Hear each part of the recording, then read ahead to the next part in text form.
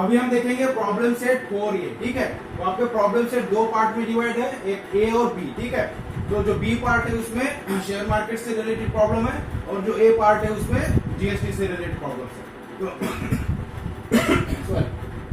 तो financial planning problem set 4 है। तो फर्स्ट क्वेश्चन देखो, right the correct alternative for each of the following. तो आपको करेक्ट अल्टरनेटिव चूज करना है, जो आपको क्वेश्चन दिया उसके नीचे 4 अल्टरनेटिव दिए।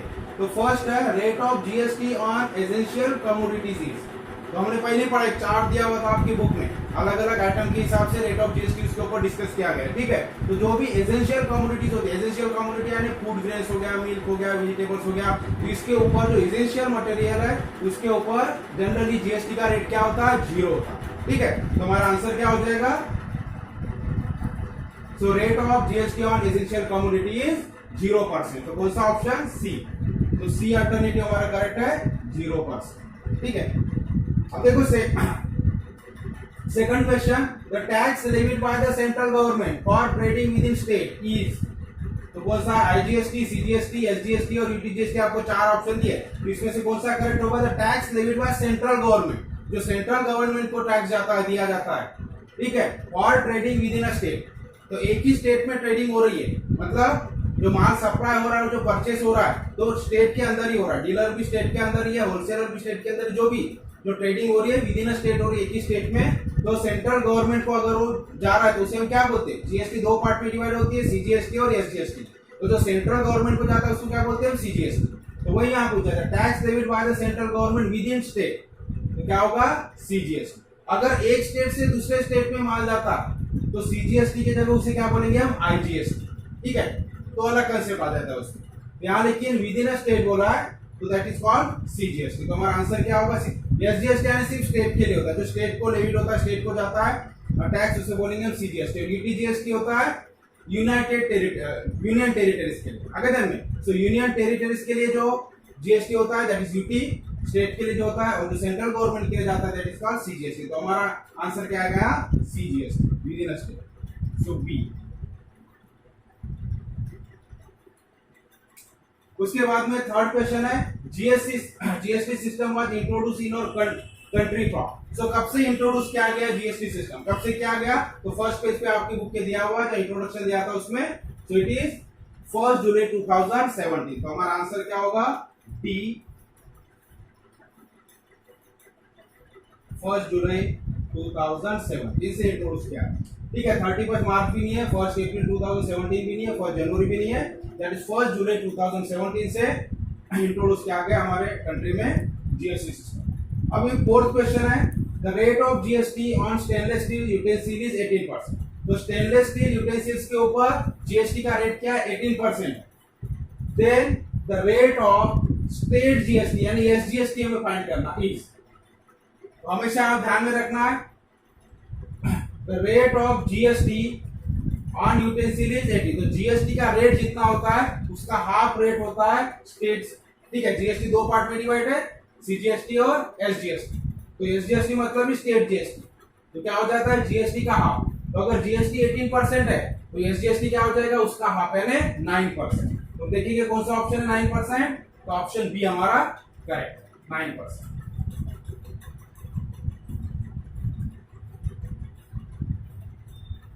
तो आगे समझिए, तो बहुत ही सिंपल क्वेश्चन यहाँ पर पूछे गए, ठीक है। तो जनरल जो कंसेप्ट है उसके बारे में पूछा है कि टैक्स कितना होगा, क्या होगा, एसजीएसटी क्या होता है, सीजीएसटी क्या होता है, कब से इंप्लीमेंट हुआ, और रेट के बारे में।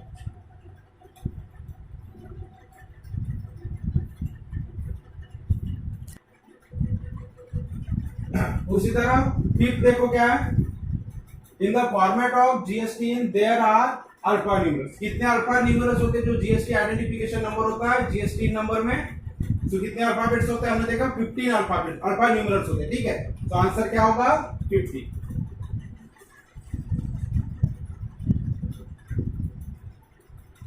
ठीक है। उसी तरह से सिक्स्थ क्वेश्चन है, when a registered dealer sells goods to another registered dealer.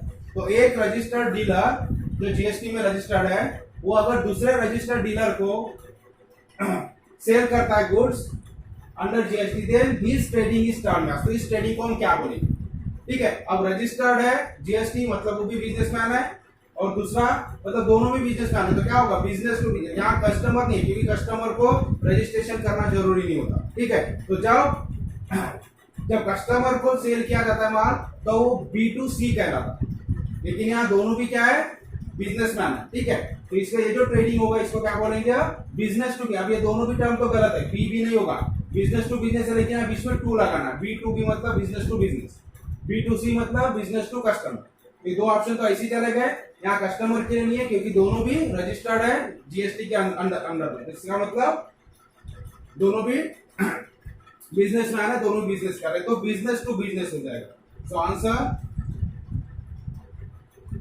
B, B2B। तो इस तरह से जो फर्स्ट क्वेश्चन है राइट द करेक्ट अल्टरनेटिव, इसमें आपको 6 डिफरेंट टाइप के क्वेश्चन पूछे और बहुत ही सिंपल और बेसिक इसके ऊपर पूछा हुआ है, तो इस तरह से हमारे सॉल्व हो जाते हैं। अभी हम सेकंड क्वेश्चन पे जाएंगे।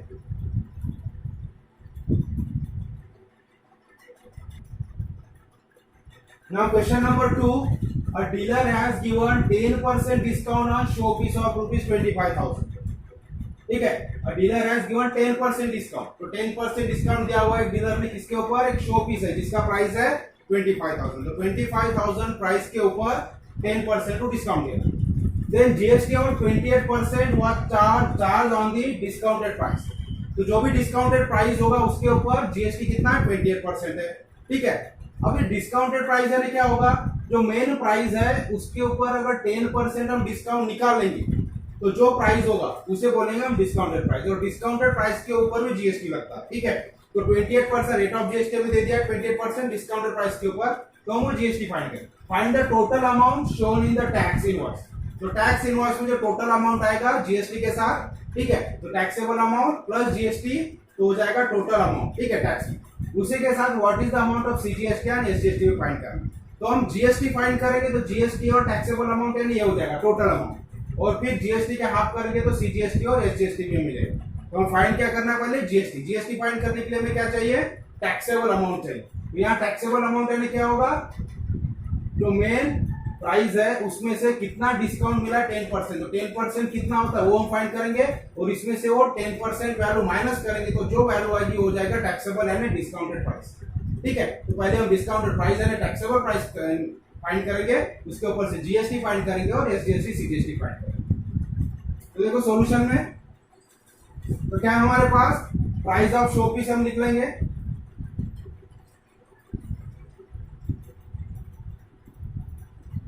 Is equal to 25,000 rupees, price है, डिस्काउंट कितना 10%, rate of discount is equal to 10% है रेट डिस्काउंट का, ठीक है। तो डिस्काउंट अमाउंट क्या हो जाएगा,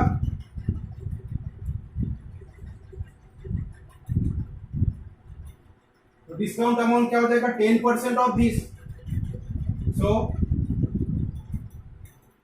10% of 25,000 is equal to 10 by 100 into 25,000, so 0 0 cancel and 10 into 250 करेंगे तो 2,500, so 2,500 रुपीज का डिस्काउंट मिल रहा है, ठीक है। so 25,000 का शो पीस है और उसके ऊपर 10% डिस्काउंट मिल रहा है, मतलब कितना डिस्काउंट हो गया 2,500 डिस्काउंट मिल रहा है। तो ये इतना कम हो जाएगा, डिस्काउंट का मतलब क्या था, जो ओरिजिनल प्राइस है उसमें से हमें इतना डिस्काउंट मिला नहीं, इतना कम देना, माइनस हो जाएगा, तो जो बचेगा वैल्यू हो जाएगा discounted price. So therefore taxable amount, तो टैक्सेबल अमाउंट है ना जिसके ऊपर टैक्स लगने वाला, तो टैक्सेबल अमाउंट यानी क्या होगा, discounted price,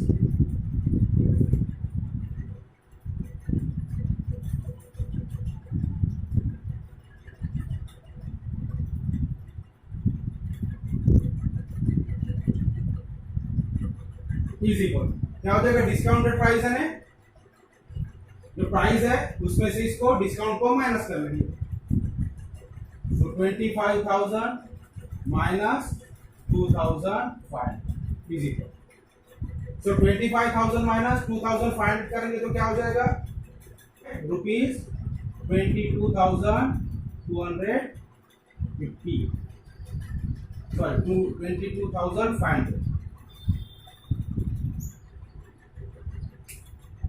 So taxable amount मिल गया हमें। अब इसके ऊपर जीएसटी लगने वाला, रेट ऑफ जीएसटी निकलेंगे हम,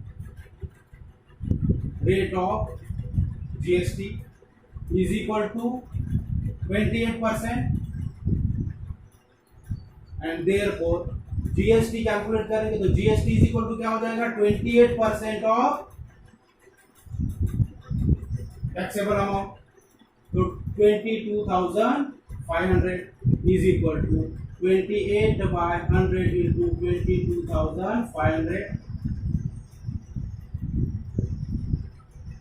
इसका कैलकुलेशन करेंगे हम, 28 इंटू 225 करो, आ गया तो 6,300, ठीक है, रुपीज 6,300। अब देखो 6,300 क्या है, क्या कैलकुलेट हो गया, जीएसटी हो गया हमारा। तो हमें क्या फाइंड करना है, फाइंड द टोटल अमाउंट। तो टोटल अमाउंट क्या होता है, taxable amount plus GST.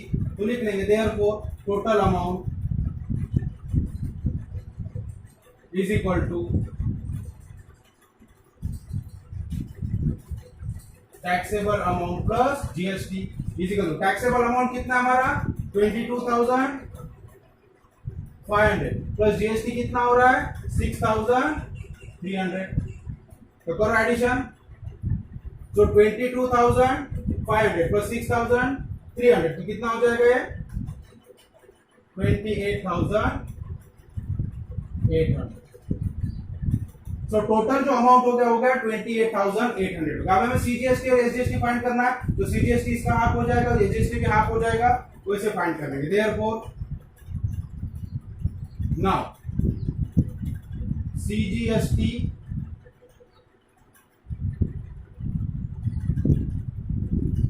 Plus CGST is equal to SGST is equal to half of GST is equal to half into 6,300 and is equal to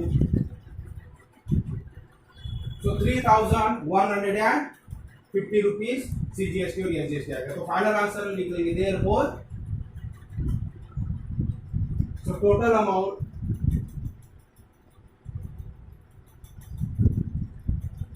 shown in, तो हमें जैसे question पूछा वैसे answer लिखना, find the total amount shown in the tax invoice. The total amount shown in tax invoice is rupees. कितना total amount? So 28,800. And what is the amount of CGST and SGST? CGST is equal to SGST is equal to rupees 3,150। इस तरह से हमारा answer होगा।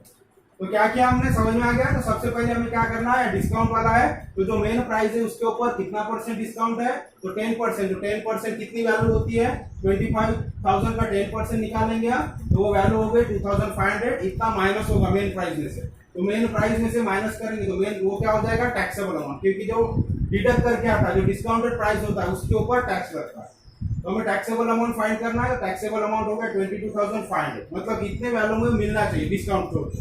तो 25,000 का जो चीज है, जो भी शो पीस है, वो अगर 10% उसके ऊपर डिस्काउंट होता है तो इतने में मिलना चाहिए, तो ये हो गया टैक्सेबल वैल्यू। अब इसके ऊपर जीएसटी लगेगा, तो जीएसटी 28% है, तो 28% टैक्सेबल वैल्यू के ऊपर हो जाएगा। तो वो कैलकुलेशन आ रहा है 6,300, तो हमारा जीएसटी हो गया। अब टोटल अमाउंट कितना हो जाएगा, तो टैक्सेबल है इतने में मिलना चाहिए था, और साथ में जीएसटी देना पड़ रहा है, तो दिस अमाउंट प्लस जीएसटी करेंगे, तो taxable amount plus GST add करेंगे तो 28,800 ये टोटल वैल्यू उसको पेड करना है। फिर सीजीएसटी एसजीएसटी में पूछा क्वेश्चन में, तो जीएसटी हो गया 6,300, तो उसका सीजीएसटी एसजीएसटी क्या हो जाएगा, हाफ करेंगे तो 3,150। तो इस तरह से आंसर आ जाएगा। नाउ थर्ड क्वेश्चन देखो क्या है। Third question, a ready-made garment shopkeeper gives 5% discount on the dress of ₹1,000। क्या बोल रहा है, a ready-made garment shopkeeper, ठीक है, तो रेडीमेड गारमेंट और शॉपकीपर है, gives 5% डिस्काउंट, 5% डिस्काउंट दे रहा है किसके ऊपर, ड्रेस ऑफ 1,000। तो 1,000 रुपीज का जो ड्रेस है उसके ऊपर वो 5% डिस्काउंट दे रहा है, and charges 5% GST on the remaining amount. Remaining amount है क्या, जो डिस्काउंटेड प्राइस है, ठीक है, जो मेन प्राइस है इसमें से 5% डिस्काउंट हम माइनस कर लेंगे, तो जो प्राइस होगा मतलब डिस्काउंटेड प्राइस जो होगा उसके ऊपर 5% जीएसटी लगा रहा है। ठीक है। So then what is the purchase price of the dress for the customer, तो कस्टमर के लिए वो ड्रेस कितने में आएगा, परचेज प्राइस क्या होगा वो ड्रेस का। मतलब हमें क्या निकाला है, सिर्फ क्या करें, थोड़ा घुमा फिरा के वर्ड यूज किया है यहाँ पर। What is the purchase price, इसी का मतलब क्या होगा, टोटल प्राइस। ठीक है, उस ड्रेस की टोटल प्राइस क्या हो जाएगी, डिस्काउंट काट के जीएसटी लगा के। सिंपल था, जैसे हमने सेकंड एग्जांपल किया वैसी है, सिर्फ वैल्यूज चेंज हो गई है आगे जाने और थोड़ा सा वर्ड चेंज किया जाए कि कस्टमर को उसका परचेज प्राइस क्या होगा, इसका मतलब भी क्या होगा, टोटल प्राइस क्या होगा, कस्टमर को कितना प्राइस देना पड़ेगा, टोटल प्राइस। ठीक है, तो उसी तरह से हम कैलकुलेशन कर लेंगे। तो फिर से सॉल्यूशन में यहां दिया है, सो प्राइस ऑफ ड्रेस क्या हो जाएगा 1000 रुपीज, तो लिख लेंगे हम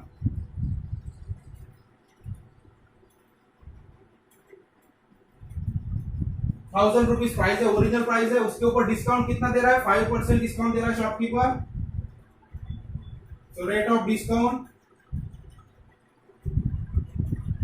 ठीक है, रेट क्यों लिख रहे हैं, ये 5% है, ये रेट है, कितना रेट दे रहा है 5% और डिस्काउंट दे रहा है, डिस्काउंट अमाउंट अलग हो जाएगा है ना, अमाउंट की ये रेट है उसका, इसलिए रेट ऑफ डिस्काउंट कितने रेट से दे रहा है, तो ये हो जाएगा 5%। तो देयरफॉर डिस्काउंट अमाउंट हम निकालेंगे, यानी कितने अमाउंट डिस्काउंट मिल रहा, तो 1000 में से उतना अमाउंट हम माइनस करेंगे। So discount amount is equal to 5% of किसके ऊपर है, 1000 के ऊपर। तो 1000 के ऊपर 5% डिस्काउंट है, तो पहले हम डिस्काउंट निकालेंगे कितना, ठीक है, इज इक्वल टू 5/100 इंटू 1000। सो फिर से 2 जीरो यहाँ कैंसिल हो जाएंगे, 2 जीरो, सो 10 5 50। सो 50 रुपीज डिस्काउंट मिल रहा है, 5% का मतलब क्या हो जाएगा, 1000 रुपीज के ऊपर 50 रुपीज डिस्काउंट। अब 50 रुपीज डिस्काउंट है, मतलब डिस्काउंटेड प्राइस क्या हो जाएगा, सो देयरफॉर डिस्काउंटेड प्राइस उसी को बोलेंगे हम टैक्सेबल अमाउंट, जिसके ऊपर टैक्स लगेगा। सो देयरफॉर टैक्सेबल अमाउंट या डिस्काउंटेड प्राइस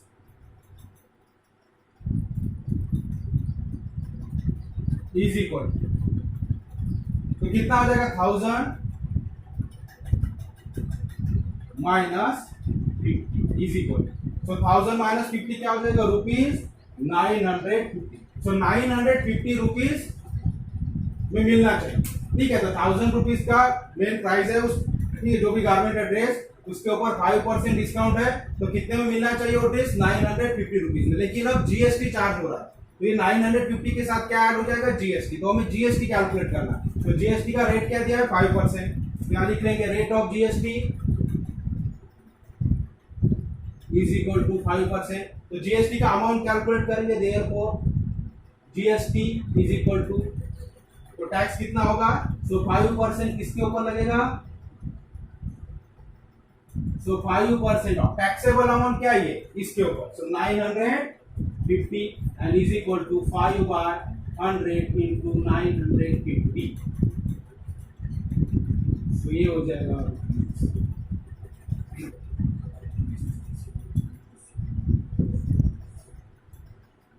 तो 47 रुपीज 50 पैसे। ठीक है, तो 47 रुपीज 50 पैसे जीएसटी हो गया। तो हमें अब यहाँ सीजीएसटी एसजीएसटी कैलकुलेट नहीं करना है, तो हमें क्या कैलकुलेट करना है, परचेज प्राइस। तो कस्टमर को परचेज प्राइस क्या होगा कस्टमर के लिए, मतलब टोटल वैल्यू क्या हो जाएगी जीएसटी पकड़, तो क्या जीएसटी इतना है, मेन प्राइस इतना है, दोनों को ऐड कर देंगे तो टोटल वैल्यू हो जाएगा। तो देयरफॉर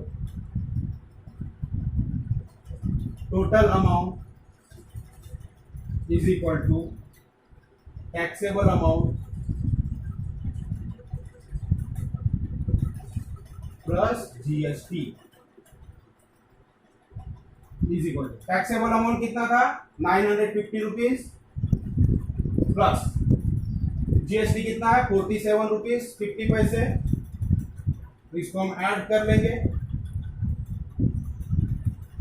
ये हो जाएगा 997 रुपीज 50 पैसे। ठीक है, 997 रुपीज 50 पैसे टोटल अमाउंट हो गया। इसका मतलब फाइनल आंसर लिख लेंगे हम। तो क्या क्वेश्चन पूछा है, what is the purchase price of the dress for the customer, therefore the purchase price of the dress for the customer is, therefore the purchase price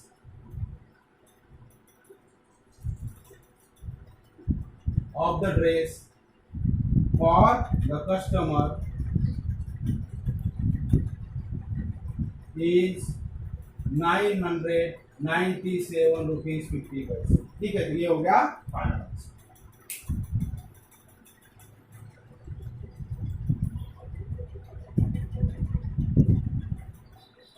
Now we will see fourth example। तो देखो क्या है fourth example, a trader from Surat Gujarat sold a cotton cloth to a trader in Rajkot Gujarat. ठीक है, तो थोड़ा सा confusion करने के लिए आपको एक स्टेटमेंट दे दिया उसने।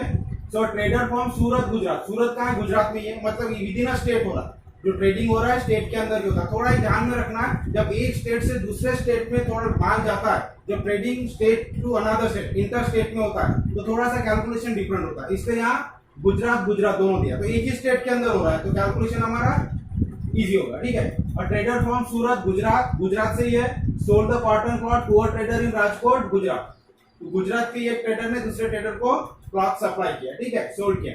The taxable value of cotton cloth is 2.5 lakhs, that is 2,50,000। so 2.5 lakh taxable amount है। ठीक है, what is the amount of GST at 5% paid by the trader in Rajkot. तो ये राजकोट, तो किसने, सूरत वाले ट्रेडर ने राजकोट वाले ट्रेडर को माल बेचा। ठीक है, सेल किया हुआ, और टैक्सेबल वैल्यू क्या है 2.5। तो टैक्स यहाँ जीएसटी कौन भर रहा है, बोल रहा है राजकोट कितना जीएसटी पेड करेगा, और जीएसटी का रेट क्या है 5%। तो हमें लिखा, तो सिंपल है, टैक्सेबल वैल्यू भी हमारे पास है, रेट ऑफ जीएसटी भी है, तो सीधा 5% हो जाएगा रेट। ठीक है, टैक्सेबल वैल्यू का वेरी सिंपल एग्जांपल है। ठीक है, तो राजकोट वाला जो ट्रेडर है वो कितना जीएसटी भरेगा, तो उसके लिए टैक्सेबल अमाउंट ये हो गया, रेट ऑफ जीएसटी हो। तो सॉल्यूशन क्या लिखेंगे हम, टैक्सेबल अमाउंट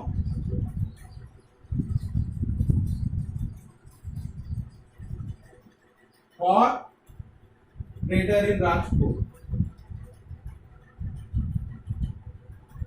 तो राजकोट में जो ट्रेडर है उसके लिए टैक्सेबल अमाउंट क्या हो जाएगा, इज इक्वल टू रुपीज। अब 2.5 लाख यानी इसको हम कैसा लिख सकते हैं, 2,50,000। सो 2,50,000 है ना 2.5 लाख। तो टैक्सेबल अमाउंट हो गया, रेट ऑफ जीएसटी क्या है 5%, and therefore GST, what is the amount of GST? So amount of GST is equal to क्या हो जाएगा, 5% of 2,50,000 is equal to 5/100 into 2,50,000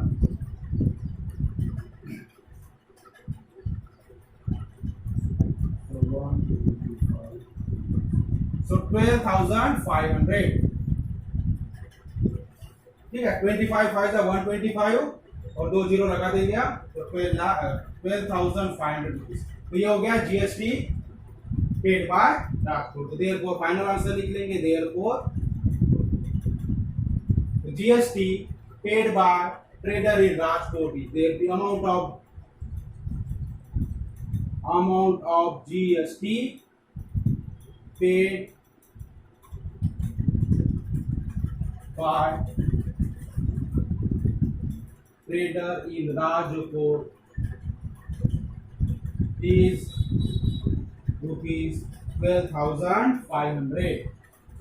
इस तरह से आंसर होगा। तो सिंपल है, बहुत ही सिंपल क्वेश्चन है। गुजरात का ये ट्रेडर है, सूरत वाला, गुजरात में ही, मतलब एक ही स्टेट में हुआ ट्रेडिंग। तो जब भी एक स्टेट में ट्रेडिंग हो रहा है तो इस तरह से हम कैलकुलेशन करके सिंपल जो भी अभी तक हम करते हैं।